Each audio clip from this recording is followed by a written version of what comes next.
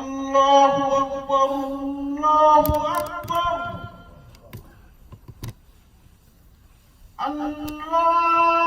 الله أكبر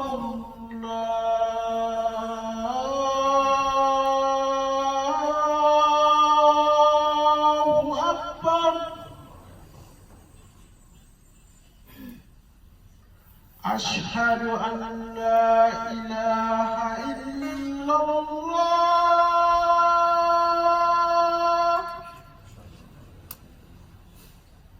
أشهد أن لا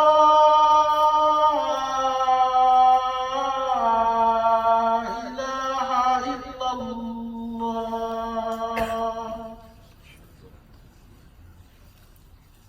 أشهد أن محمدا رسول الله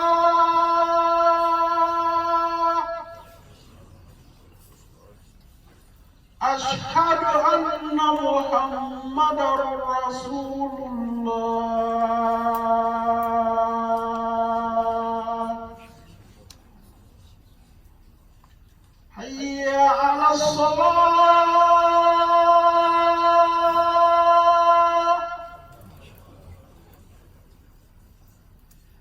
حي على الصلاة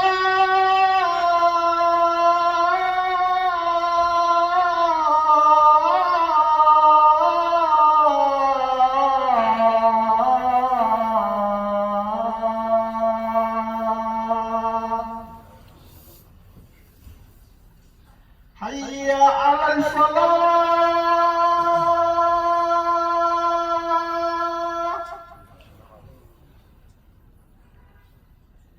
حي على الفلاح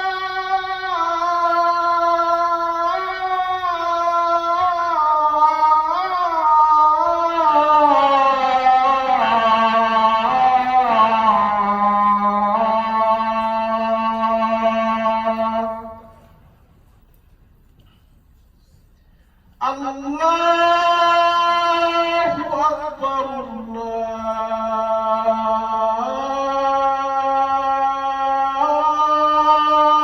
الله أكبر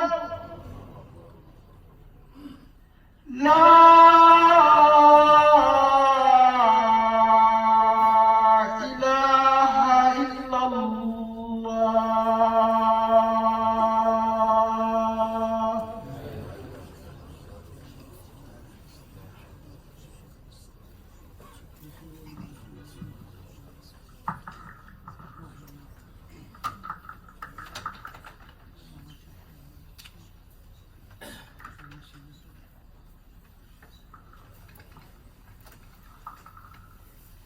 إن الحمد لله نحمده ونستغفره ونعوذ بالله من شرور أنفسنا ومن سيئات أعمالنا من يهده الله فلا مضل له ومن يضلل فلا هادي له وأشهد أن لا إله إلا الله وحده لا شريك له وأشهد أن محمدا عبده ورسوله يا أيها الذين آمنوا اتقوا الله حق تقاته ولا تموتن إلا وأنتم مسلمون يا أيها الناس اتقوا ربكم الذي خلقكم من نفس واحدة وخلق منها زوجها وبث منهما رجالا كثيرا ونساء واتقوا الله الذي تساءلون به والأرحام إن الله كان عليكم رقيبا يا أيها الناس اتقوا الله وقولوا قولا سديدا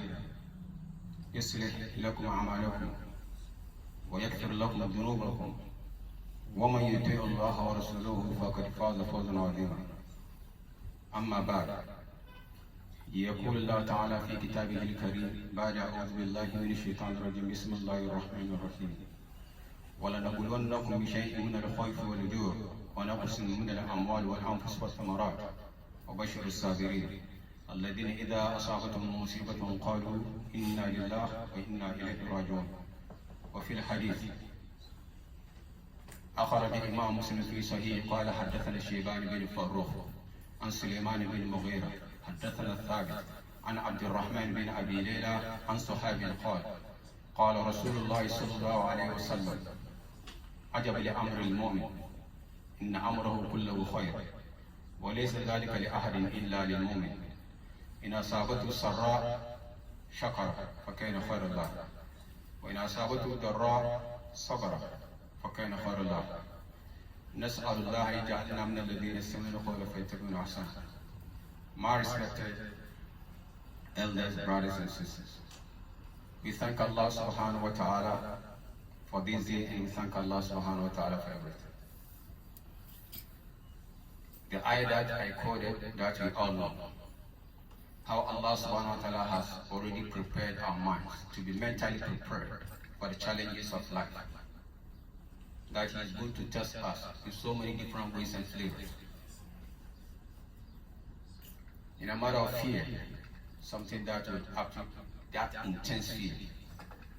The only way you will have fear is when you anticipate something you're not prepared for.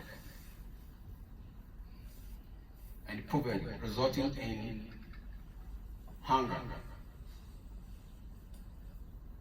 Allah subhanahu wa ta'ala is telling us to prepare for that. In other words, there are so many different types of misfortunes. And that even involves life. The Prophet ﷺ was reported to have said, from the isnad that I quoted, that there is something unique about the believer. And nobody has that characteristics except the believer.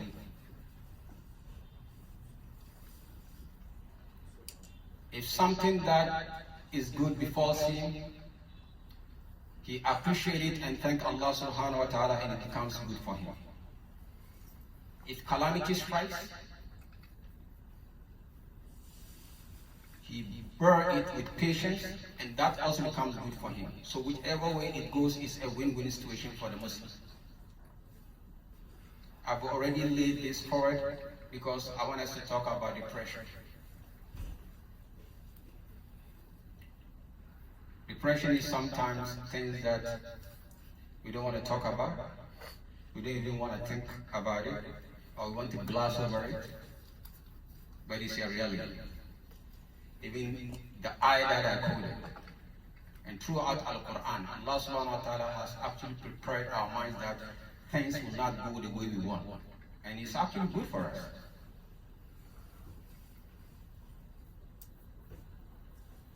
So let us come to the same page. What is depression? We all go through, turmoils, ups and downs, we get broken, sometimes we cry, and it's okay. But after days, maybe weeks, months, we pull ourselves together and move on. That's life. Because Allah subhanahu wa ta'ala says, that is part of the ibtila, that is part of the test. The one surah that the Prophet ﷺ was supported to have actually encouraged us to read each and every day before we lay down to sleep. Surah Al-Mulk, Quran chapter 67. بعد أعوذ بالله من الشيطان الرجيم بسم الله الرحمن الرحيم تبارك الذي بيده الملك وهو على كل شيء قدير الذي خلق الموت والحياة ليبلوكم أيكم أحسن عملا وهو العزيز الغفور. And so it's part of what Allah subhanahu wa ta'ala is going to test us. Sometimes maybe from your job, sometimes your child, sometimes your parents, sometimes directly related to you, sometimes an accident, and the person foot gets amputated. In fact, only 3-4 days ago, one of our sisters, not like really sister, but we grew up together, so she's just like a sister, a classmate. They just amputated her leg. So these are things that we go through, and in our case, our special case, our children, I think they are our biggest headache. And we go through a lot. You have all this stress. Sometimes you break down. Sometimes you don't even have interest in anything. Sometimes you want to be left alone. Sometimes you break down. Sometimes you cry. As I said, it's natural. You pour out your emotion, so you get stressed out. The Prophet ﷺ, when he lost his beloved son, he cried. The Sahaba were surprised. The Prophet ﷺ, even he said, yeah, because he's a human being. He's a human being. So emotion ran wild, and the Prophet ﷺ cried. In Surah Kahf, Allah subhanahu wa ta'ala informed the Prophet ﷺ to tell us, I'm just a human being just like you. So the Prophet ﷺ, and it's something that we learn, so that when something happens and you cry, you don't feel that guilt. Depression is when you get in that state. Clinical depression is you get in that state, you broke down, you're crying, you don't want to have anything to do the world, and you don't even want to be yourself, and sometimes you have this guilt, and sometimes you blame yourself, I should have done this, day in, day out, every day. Now that's clinical depression. And when this happens, it kicks in a path, and that is not good for you. The hypothalamus, pituitary, adrenal axis.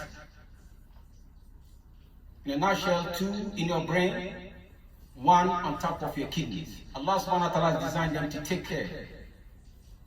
Anytime you break down, emotions, what you should do activity, to move forward. But if you are in depression, cortisol gets excreted in your system. And with that, day in, day out, what happens? It literally starts to even shrink your brain. It puts your system into what? Overdrive. And that can lead to what? High blood pressure. Your heart will be beating faster than normal. And that can result in heart disease. And now with your brain shrinking and your heart beating very fast, and you're not in the mode of talking to anybody, you're not, you don't want to, associate, you don't want to be yourself, now that's a disaster. And that's why Allah subhanahu wa ta'ala has given us the solution. الَّذِينَ إِذَا أَصَابَتُمْ مُصِيبَةٌ قَالُوا إِنَّا لِلَّهِ وَإِنَّا إِلَيْهِ رَاجِعُونَ. That anytime things befall them that they don't like, they return back to Allah subhanahu wa ta'ala. They ask Allah subhanahu wa ta'ala's help. They know this is coming from Allah subhanahu wa ta'ala as a test. So that is enough for them to what? Gather themselves up. And they read throughout Al-Quran. You can't find one prophet in the entire prophets. You can't find one prophet that found life easy. Life was very easy going. When he came, subhanallah, mashallah, assalamu alaikum, I've come to actually tell you that Allah subhanahu wa ta'ala is one, we should worship him. The people are saying that, mashallah, Allah Akbar, let's go. No.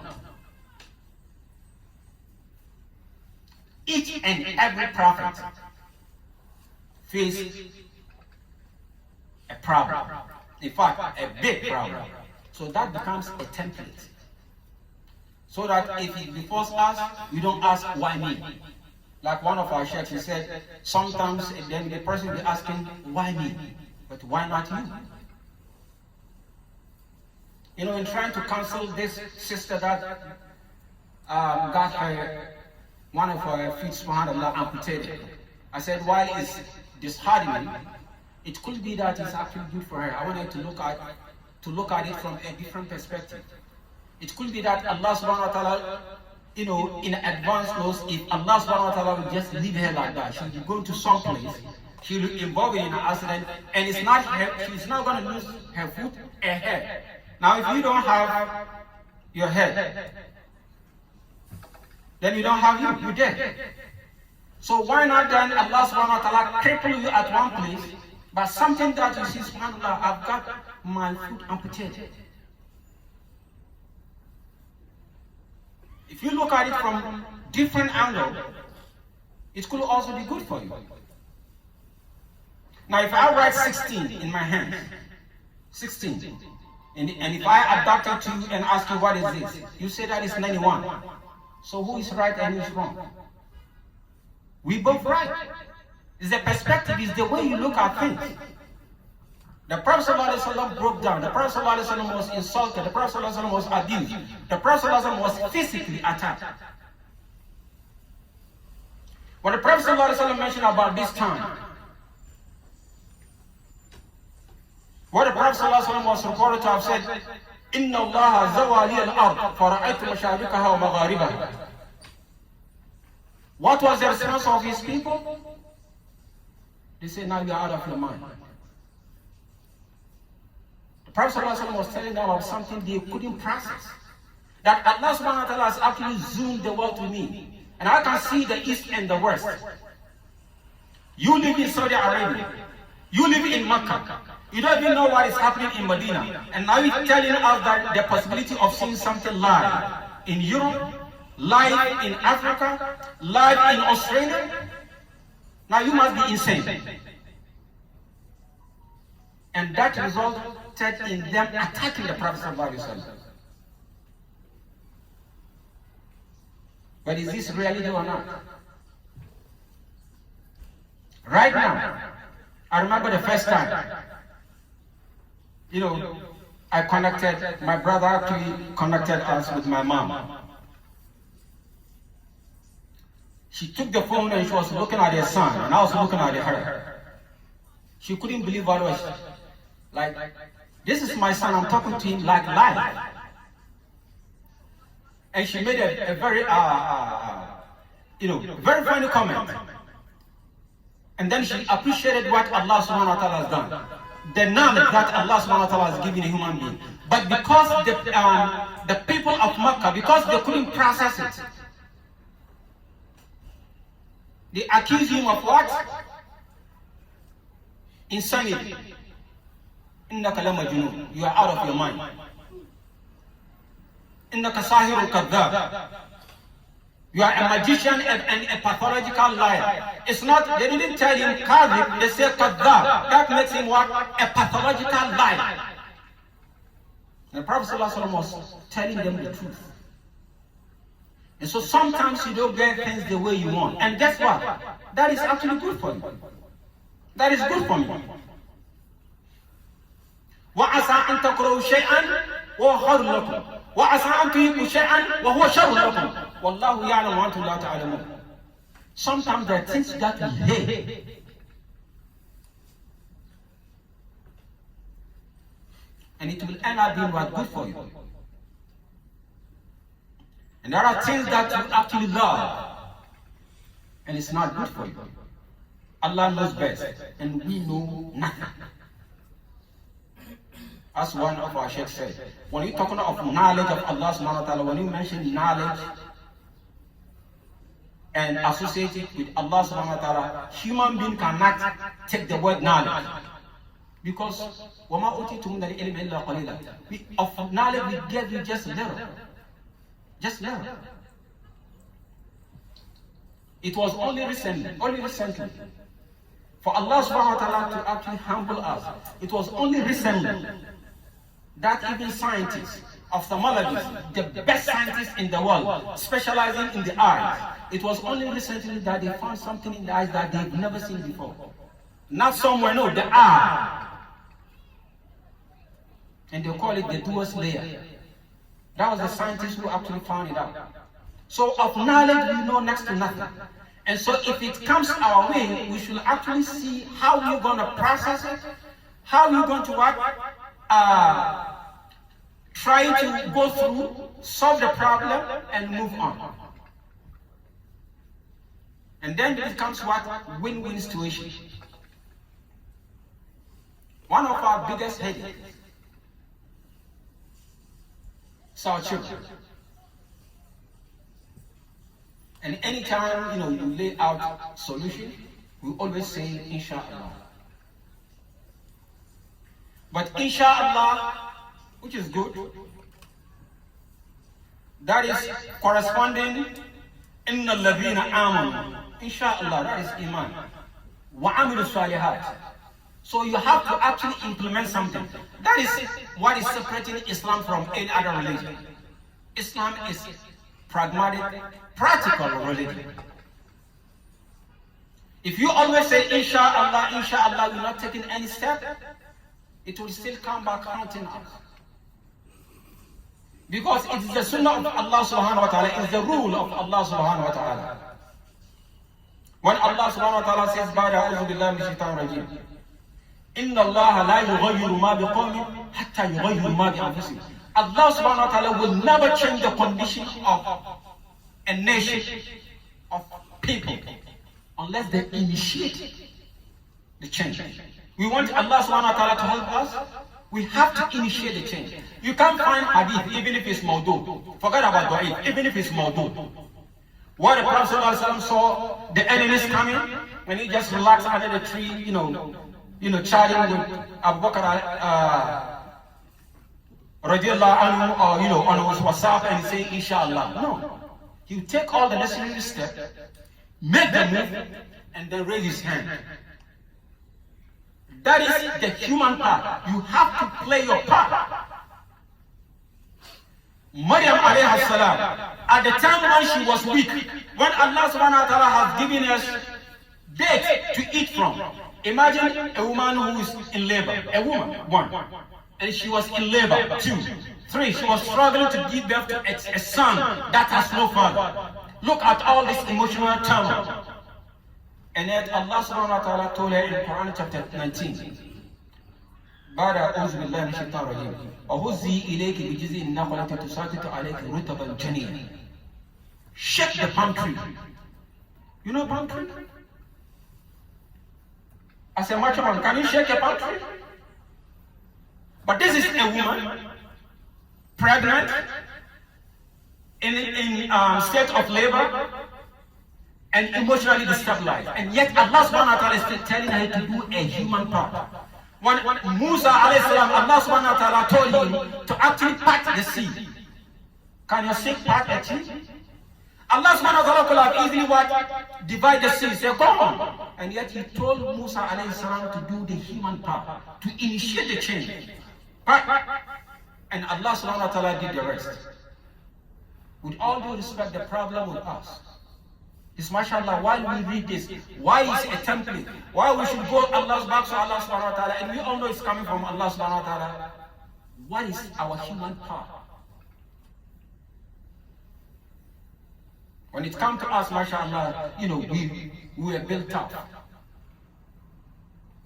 Like your son here who gives khutbah, he said, Daddy, I've studied clinical psychology. And I know when some dramatic things happen in life, you hardly forget it. But when I study your background, you went through this one. How do you manage to cope, and you're acting normal? I said it's the coping mechanism. So I'm not worried about us. We will handle anything. And for days, mashallah, we break down, we cry, we move on. Because we were raised tough.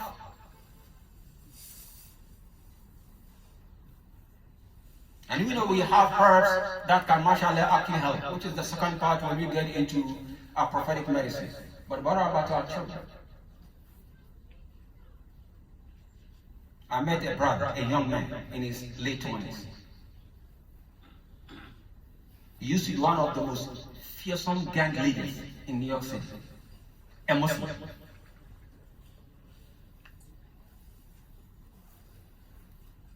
He told me, and some people confirmed, a lot of our children are with us simply because he told them to.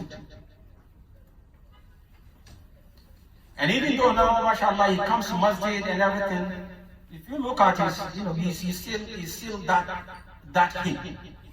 And they know he can flip anytime. So they're literally afraid of him, like, my parents are not paying attention to me, my parents are not doing this, I want to leave. He said, be patient, stay, I'll find way out. And you can pull up a list of, you ready for this? Over 500 of our own children who were following him on those social media thing, and anytime they said be patient, they are still staying with us because he told them to. But why will it get to that point? Our children are depressed.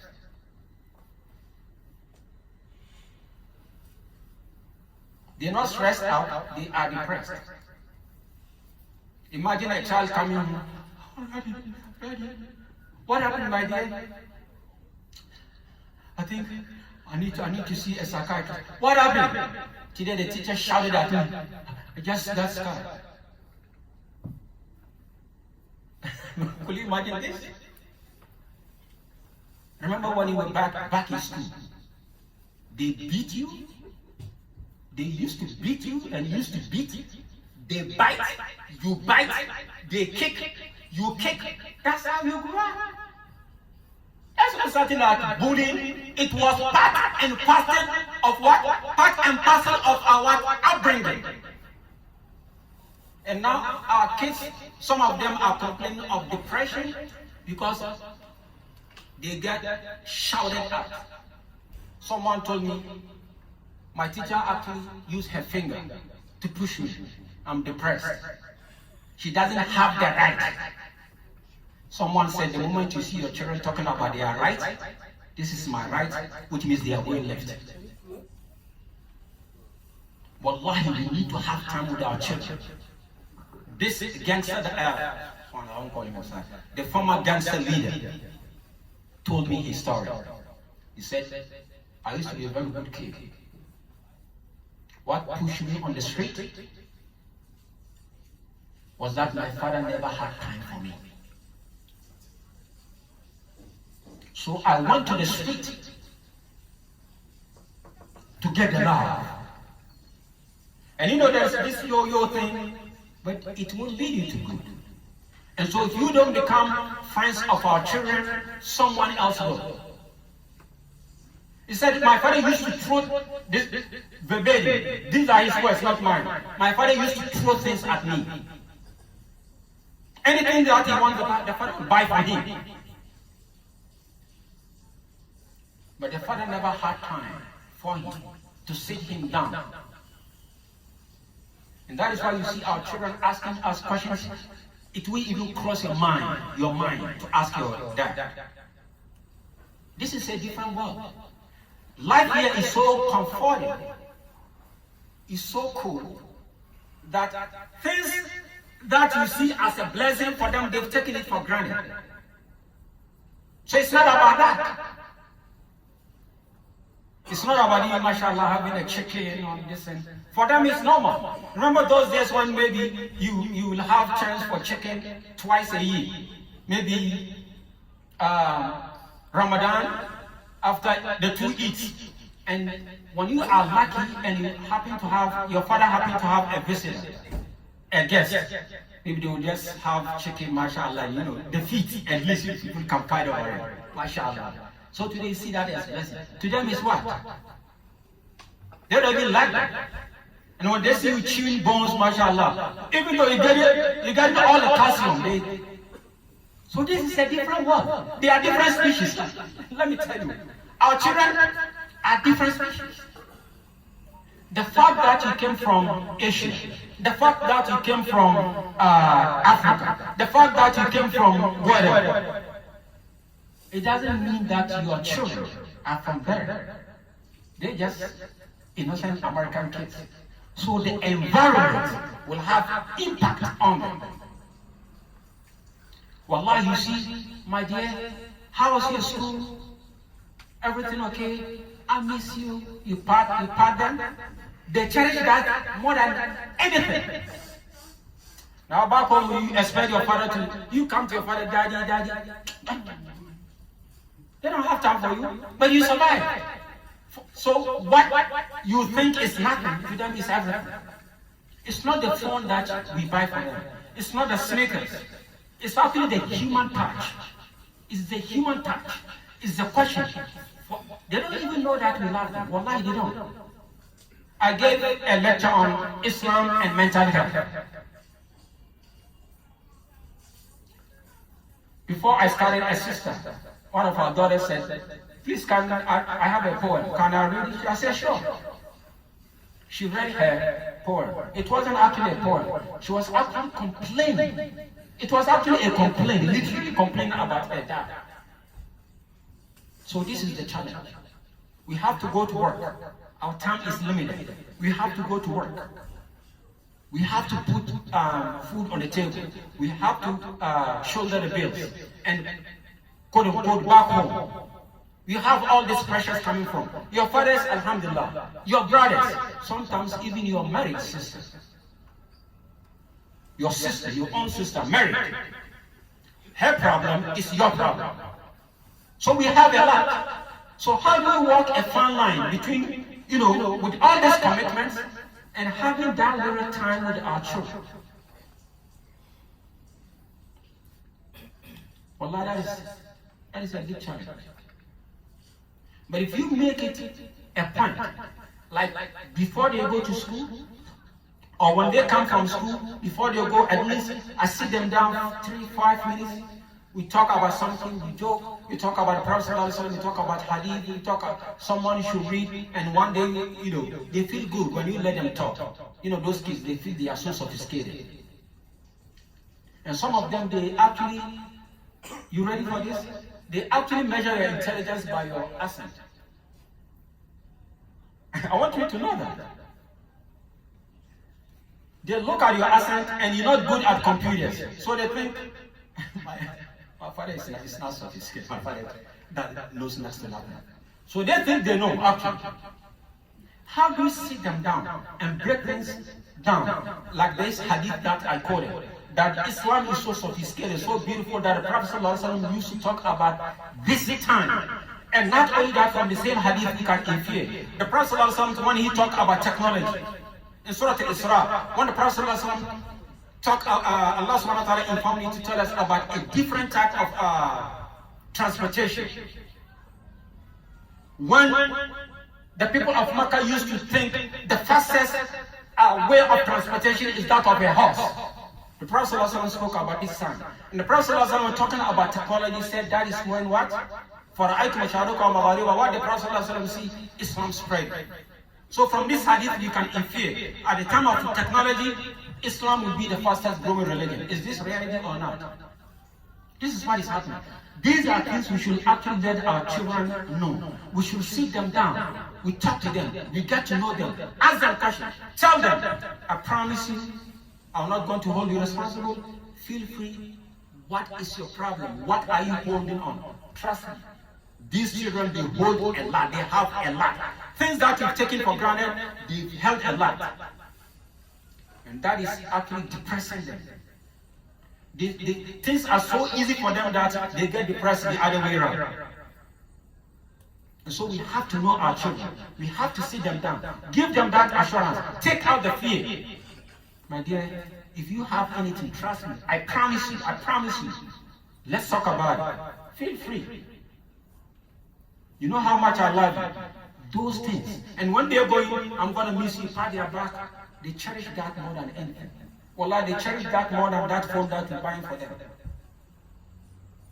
And as a person that, in masjids, that children come to me to talk to, things, sometimes myself I get surprised. Right? In my head, like, how could this be a problem? But to them, it is. Like, a sheikh was telling me only 2 days ago that a girl, a 17-year-old girl, was angry because her mother was telling her, be a good girl. Said, why would my mother tell me something I know I should be good? I already know that. Why should my mom tell me to be good? And that's a problem. Imagine. Life is so comforting here that they find another way to get worried. We can only know their problem when we sit them down, talk to them. Yes, your father never talked to you, never played with you, never patched about. My father never did. But this is a different ball game. Unless we actually adapt. I'm not saying to over-pamper them, but we got to know them by assuring them that we're there for them, let them pour things out. When we do that, wallahi, you'll be surprised what they'll be telling you. Things that you've taken for granted, for them is a big headache. and then you find ways of what? How to solve it. Using Al-Quran and the Sunnah. May Allah subhanahu wa ta'ala ease our affairs. May Allah subhanahu wa ta'ala forgive us. Our children, may they be far better than us. رَبَّنَا ظَلَمْنَا أَنفُسَنَا وَإِن لَّمْ تَغْفِرْ لَنَا وَتَرْحَمْنَا لَنَكُونَنَّ مِنَ الْخَاسِرِينَ.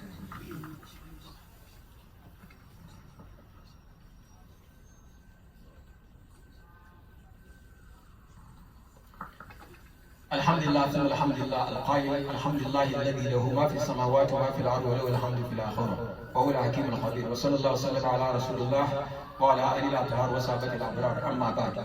My respected elders, brothers and sisters, let me wrap it up by mentioning a few things from the closet of prophetic medicine. We know, if your doctor approves, we know we have black seed. We have St. John's wort. We have ginkgo biloba for those who don't have blood pressure. All these can actually calm you down. It can deal with depression. And as a Muslim, you have something even more powerful. Allah bi dhikrillahi tatma'innul qulub.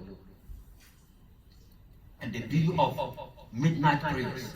Ramadan just passed has taught us midnight prayers, especially on Mondays and Thursdays when you know that, mashallah, you'll be doing your fasting. You wake up maybe 20-30 minutes early. You recite. You ask Allah subhanahu wa ta'ala for forgiveness. You ask Allah subhanahu wa ta'ala to actually help us protect our children. And it's extremely important to actually create the environment. The only way we can create the environment is to have our own charity school. Let us think of how to have our own charity school. I'll talk to our members here. We've initiated something we call $1 program. Where if each and every one of us will drop $1 in a box, we actually anticipate it in the next 3-4 years, and using our share numbers, we can own our own charity schools. When we create the environment, our daughter turns here, she sees another sister, another girl with hijab, the other one with hijab, and the brother looks, mashallah, this one has kufi on, he's well dressed. So there is no this peer pressure, whereby our children dress nicely, and when they go to school, they take it off because they don't feel comfortable. The environment is not conducive. Well, then we have to create the environment ourselves. Inshallah will not work. And our children, wallahi, they are in emotional turmoil. Unless we sit them down and talk to them and find ways out, teach them about Quran and ask dua, wallahi, we'll be missing something big. Depression with us, alhamdulillah, we can go through. I trust brothers, we've gone through a lot. Our children are something else. But unless we sit them down and ask and give them the assurance that we're there for them, wallahi, we will not know that. May Allah subhanahu wa ta'ala ease our affairs. May Allah subhanahu wa ta'ala forgive us. ربنا آتنا في الدنيا حسنة وفي الآخرة حسنة وقنا عذاب النار. رب اغفر وارحم وأنت خير الراحمين. قوموا إلى صلاتكم ورحمة الله وبركاته.